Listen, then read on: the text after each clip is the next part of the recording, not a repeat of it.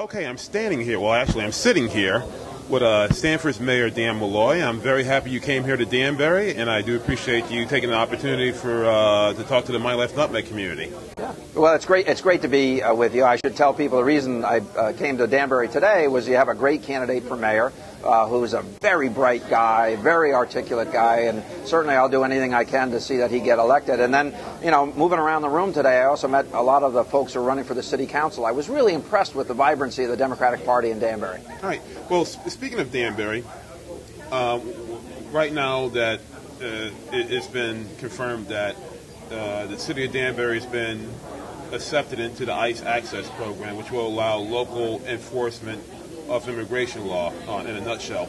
Now, you being from Stamford, you have a certain population of immigrants as well. What are your thoughts on the ICE Access program? Listen, I think the federal government's job is to enforce immigration rules. I believe, for instance, we should control our border. But when it comes to people who are in Stamford, you know, we have a get-along policy. The reality is that there are lots of people who are hard-working individuals, even if they're not properly documented or here illegally. In many cases, they have children who are citizens. It's my job to provide a high level of services to people, regardless of where they come from. That's what we do. All right. And getting a little away from immigration, I want to get to another topic that's really on the concern of a lot of people. And I know that in terms of Connecticut, this is so much of the hot topic issue, is health care reform. Yes. We just passed the sustenance bill here in Connecticut. And why don't you give me your thoughts on the health care policy, the health care initiative that's being done down there in Washington?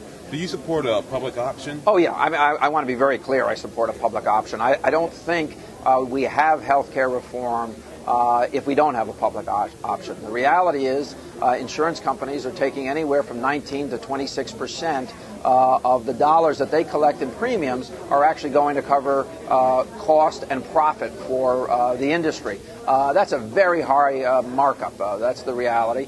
We know that there are federal agencies that provide similar benefits at a much smaller markup. In some cases as little as 2%, in other cases as little as 5 and 6%.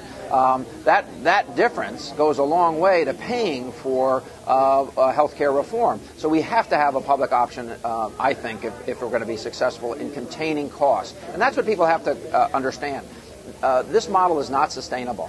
We're spending about 17% of our gross national product on healthcare-related issues. That's projected to grow to as much as 35% in the next 20 years. You cannot sustain a national economy with that share of your gross national product going to pay for healthcare.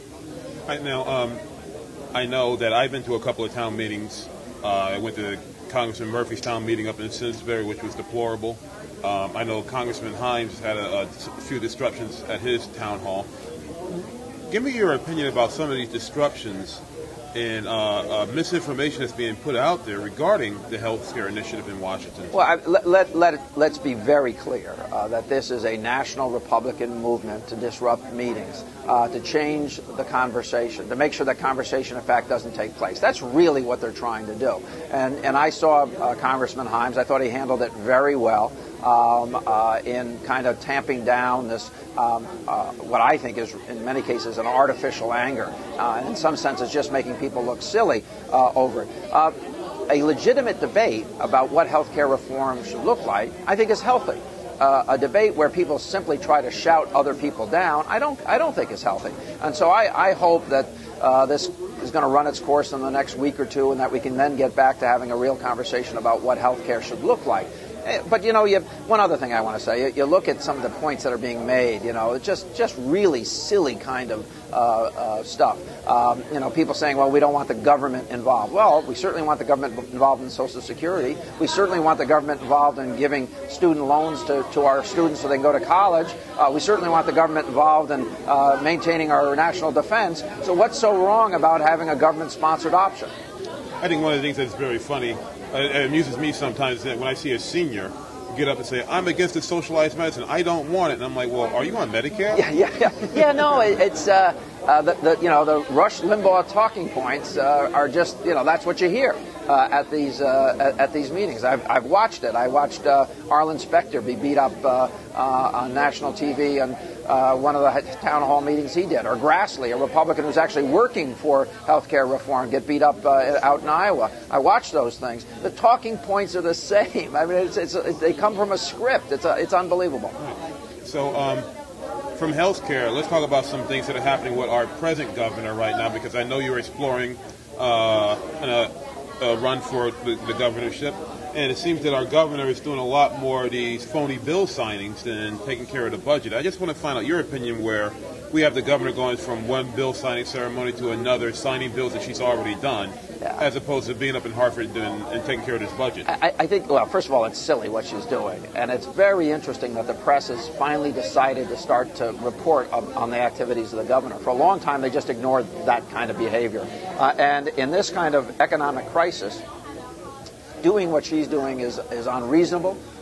It makes her look silly. It diminishes the office of governor to go and have this artificial signing of a bill that she'd signed 2, 3, 4 weeks before. Makes no sense. But it also, it's one of the ways that we're starting to learn about how inept the Rel administration is. If you have to find fillers in the middle of a budget crisis to occupy part of your time during the day, it really is a comment. I mean, she should be running the government. She should be figuring out how to deal with this crisis. Instead, what she's done is she has this artificial budget cap that she's imposed. She refused to acknowledge for 152 days that her own budget was $2 billion out of whack. She only agreed to identify what the budget deficit was because law was passed that gave that power to the controller if the governor and the legislature didn't agree. So we now know the budget gap is $8.55 billion. We also know that she, for much of the spring, or late winter, spring, and into the summer, was talking about a $6 billion deficit, even though she knew that was the wrong number. It's crazy. And if I'm correct, that you were one of the first individuals who pointed out that her budget was $2 billion out of whack when she gave her speech. I was the first person. I was in the legislature, and everyone was like, wow, that's a great speech. And people, the traditional press was running, stories about how the governor had filled the budget gap without having to raise taxes. That was all, it was a sham, smoke and mirrors. Anybody can balance a budget if they refuse to accept what the bottom line is. That's what she was doing. And it was so destructive. There is one person responsible for not having a budget in this state, and her name is Jody Rao. There are only 2 states right now that don't have budgets, Pennsylvania and Connecticut. And this is a creation of this governor refusing to come to the debate early on and lead that debate. And she really needs to be held accountable. Now, the mayor is... the governor has talked about raising taxes, certain taxes that are being called sin taxes, cigarettes, alcohol, things of that nature. Do you feel that's the right approach in terms of dealing with this budget, or do you think that maybe like putting taxes on some of the wealthiest people in our state is a better way to go? I have always said that we need a more progressive income tax. Now, I didn't agree with the Democratic legislature's initial proposal. I think it went too high, too fast on too few people. I think you need a broader-based adjustment in income. Everybody's got to feel that they're being called upon to make some level of sacrifice. So, I'm not against sin taxes if it's part of an overall approach. What this governor has said, that's all we're going to do. And that makes no sense. You can't balance the budget that way. She's proposing borrowing $900 million to close the existing budget gap in the fiscal year that closed June 30th. She's going to want to borrow more money to close the gap simply because she wants to be able to say, I didn't raise your taxes. It's the wrong approach. Extraordinary circumstances are going to require extraordinary leadership. Unfortunately, it's not going to come from this governor. Right. And on top of raising what's called sin taxes, the governor is proposing closing or consolidating a lot of agencies that people rely upon. And I know there was a lot of demonstrations up in a couple of areas where they're saying, look, don't close this facility. A lot of people need it for certain needs, and you're actually hurting families by doing this. What do you feel about these agencies, these agencies that rely upon state money being closed, and the impact it might have on working families? This governor cares less about the people who need her most and cares more about the people who need her least. Again, not supporting a progressive income tax is evidence of that. She would rather cut aid to nursing homes. She'd rather cut the Lifestar medical treatment. She'd rather privatize group homes than have a broader-based income tax. It doesn't make any sense. And I want to touch on something. The community providers, the not-for-profits, the partners with the state in providing services have been mistreated by this governor and her predecessor. Over a 19-year period of time, they've actually not gotten the kinds of increases that would have allowed them to offer quality benefits to their employees, to improve services to people. It's as if this governor is trying to balance her budget on the backs of the folks who most need Connecticut support. What I said last November, when I could see this crisis coming, I said if I was governor, what I would be doing right now is taking stock of the safety net. How do we protect the safety net for our citizens who are most reliant on government? That's where you start building your budget, and then you go from there. She did just the opposite. She's cutting the safety net and trying to protect our wealthiest people. Well, quite frankly, the wealthiest people are going to continue to be the wealthiest people. The real question will be, will our most severely impacted, the folks who most rely on government, will they be alive a year or 2 years from now? Now, I'll touch on one last thing. I know you got to get going pretty soon, but recently in the paper, the Democratic State Chairwoman, Nancy DiNardo, sent some questions to Governor Rell regarding the Route 7 expansion around the Brookfield Quarry. And as you know, that the citizens of Connecticut are going to be spending another $28 million because of some screw-ups that happened in that area. Between the Route 7 fiasco, the sewers to nowhere on I-84, the stalling of the route improvements on Route 11, what do you feel? Give me your thoughts on this governor's approach to transportation in the state of Connecticut. Well, this governor doesn't have an approach to transportation. That's the reality. She has refused to spend money on transportation. She's refused to really play a leadership role in transportation. And perhaps the one time that she expressed some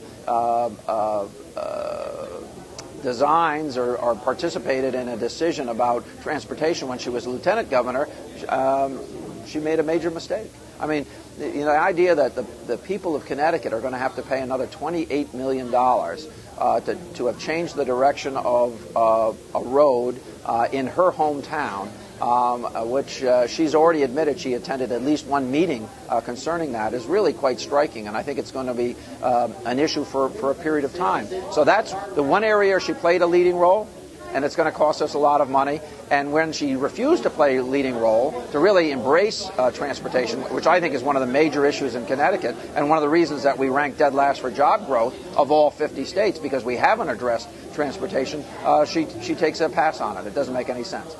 So, well, look, when are we going to find out you're going to be running for governor? When's the big announcement? Can I be there for it? Yeah, well, you certainly could be there for an announcement. I'm not hiding the fact. I'm getting around the state. I've been to, as I sit here for this interview, I've been to 71 Democratic town committees for full presentations, traveling the state. I've outraised everybody else. I decided not to run for re-election as mayor of Stamford so I could concentrate on this. So you actually know what I'll be doing. Okay.